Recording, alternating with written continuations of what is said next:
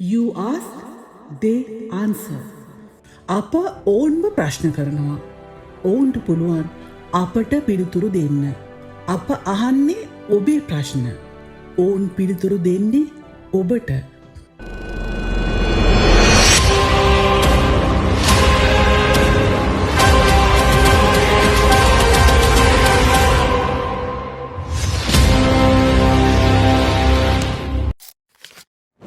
ඔබ බොහෝ දෙනාගේ දැඩි ඉල්ලීම නිසාම අද අප ප්‍රශ්න කරන්නේ වෙළඳ සහ වාණිජ අමාත්‍ය වසන්ත සමරසිංහ මහතාව. ඇමතිතුමනි, අද අප ප්‍රශ්න කළ යුත්තේ කුමන මාතෘකාව ගැනද කියා සිතීමම අපිටත් ප්‍රශ්නයක්. අපට එතරම් ප්‍රශ්න තිබෙනවා ඔබෙන් අහන්න. අප අද අහන්නේ ව්‍යාජ බදු ඔප්පුවක් සකස් කර ඉඩමක් රුපියල් ලක්ෂ 36කට බදුදී වංචා කරලා කට්ටි පයිමින් ඉන්න කේස් එක ගැන නෙවෙයි. ඇමති උනාට පස්සේ අනුරාධපුර ටවුමෙන්ම වෙන කෙනෙක්ගේ නමින් ගත්ත සුකෝපභෝගී නිවස ගැනත් නෙවෙයි. කෝටි 29ක වත්කම් උපයාගත් හැටිත් නෙවේ ඇමතිතුමනි. ඒ වගේම ගවස් ලේන් එකේ නිමල් පෙරේරාගේ ගෙයක් විකුණලා ගත්ත බ්‍රෝකර් ගාස්තුව ගැනත් නෙවේ.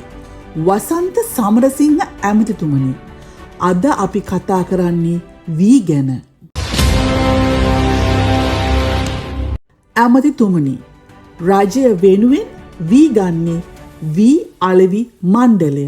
රජය වෙනුවෙන් හාල් විකුණන්නේ ලංකා සතොස. ඇයි ඔබ වී සහල් බවට පත්කර අලෙවි කරන ක්‍රියාවලියේදී ආයතන දෙක මැද්දට සතොස කියන වෙනත් ආයතනයක් ගෙනාවේ? කලින් එය කළේ වී අලෙවි මණ්ඩලයම නේද? අපි කියනවා ඔබ සතොස ආයතනය ගෙනාවේ එහි සභාපති වෙලා ඉන්න කෝසල විල්බාව ඔබේ විශ්වවිද්‍යාලයේ සගයා හින්දා කියලා.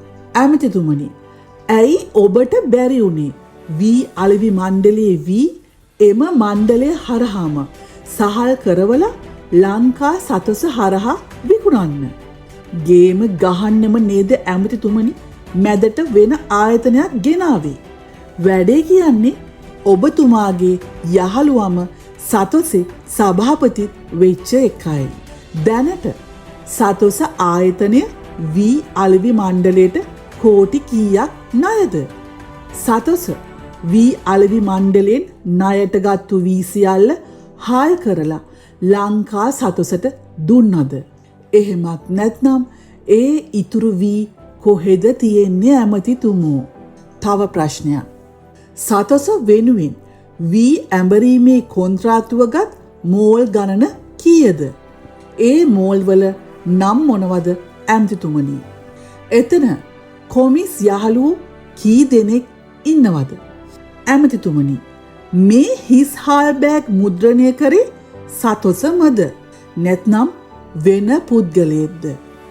මේ හිස් බෑග් එකකට සතොස කීයක් ගෙව්වද? තව ප්‍රශ්නයක්. මේ හාල් බෑග් එකේ යටම නම සඳහන් ජය වික්‍රම සහල් මෝල කාගේද? එයට බැසිල් රාජපක්ෂට තිබෙන හිමිකම කුමක්ද?